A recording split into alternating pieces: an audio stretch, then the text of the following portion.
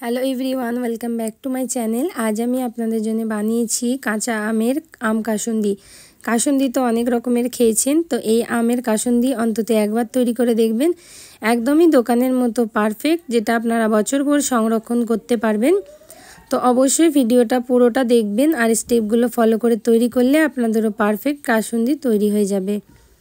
সবার প্রথমে এখানে দুটো কাঁচা আম নিয়ে নিয়েছি ছোটো সাইজের, আর আমগুলো একটু কাঁচা দেখে ফ্রেশ দেখে নিতে হবে, তাহলে কিন্তু কাসুন্দিটা ভালো পারফেক্ট তৈরি হবে। এই সময় তো বাজারে অনেক রকমের আম পাওয়া যাচ্ছে আর অনেকই আম পাওয়া যাচ্ছে, তাই আপনারা অবশ্যই বছরের জন্য সংরক্ষণ করে আম কাসুন্দিটা রেখে দেবেন। তো দেখুন, আমটাকে আমি ভালো করে ছিলে ধুয়ে পরিষ্কার করে ছোট ছোট টুকরো করে কেটে নিয়েছি। সাথে দেখুন এখানে কি লাগবে। এখানে আমি কালো সরষে নিয়ে নিয়েছি 2 বড় চামচ, রাই সরষে এটা, আর তার সাথে আমি নিয়ে নেব সাদা সরষে, যেটা 1 চামচ। আপনাদের কাছে যদি 2 রকমের সরষে না থাকে তাহলে আপনারা 1 রকমের দিয়েও তৈরি করতে পারেন। আর তার সাথে 4টে কাঁচা লঙ্কা, 1 ইঞ্চির আদার টুকরো। আমটা যতটা বেশি হবে সেই অনুযায়ী কিন্তু আপনারা মশলাগুলোও একটু বেশি করে ব্যবহার করবেন। এটা কিন্তু খুবই সহজ পদ্ধতি, যে কেউ বাড়িতে তৈরি করতে পারবে, সেই পদ্ধতিটা দেখাচ্ছি। আপনারা যদি চান তাহলে আমাকে কমেন্ট করবেন, আমি আপনাদের অন্য আরও একটা পদ্ধতি দেখিয়ে দেব। সব মশলাগুলোকে সবার প্রথমে শুকনো পিষে নিয়ে চলে এসেছি। তারপরে এর মধ্যে দিয়ে দেবো 1 চামচ নুন, আর তার সাথে দিয়ে দেবো 1 চামচ পরিমাণ চিনি, যাতে এটা টক মিষ্টি ঝাল লাগে, খেতে কিন্তু খুবই অসাধারণ লাগে।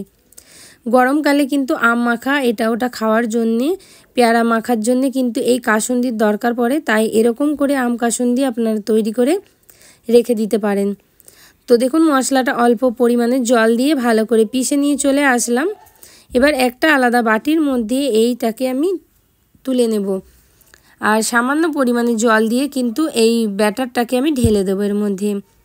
আর ওই মিক্সিং জারের মধ্যেই কিন্তু এইবারে আমাদেরকে আম যেটা আছে সেই আমটাকে নিয়ে পেস্ট করে নিয়ে চলে আসতে হবে। এটা কিন্তু খুবই সহজ পদ্ধতিতে আপনারা তৈরি করতে পারবেন।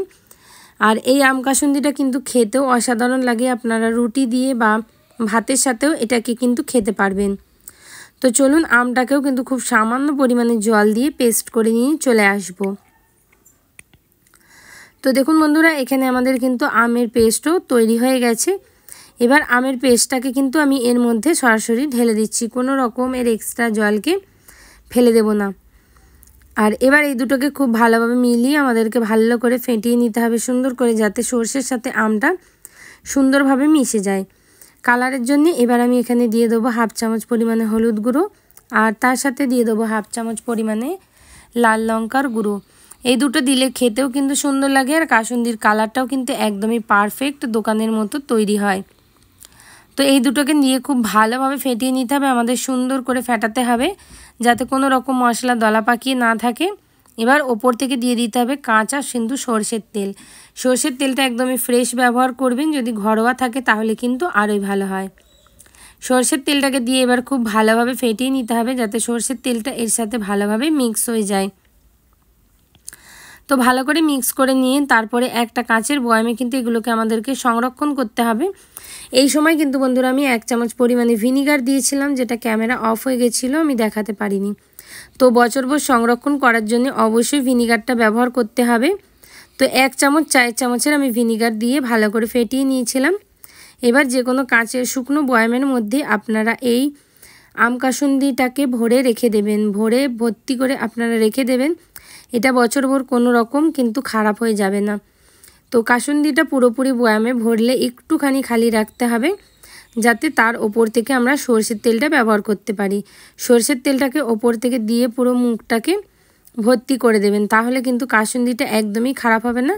আর কোনো রকম রোদ্দুরে না দিয়েও আপনাদের কিন্তু এই কাসুন্দিটা ভালো থাকবে।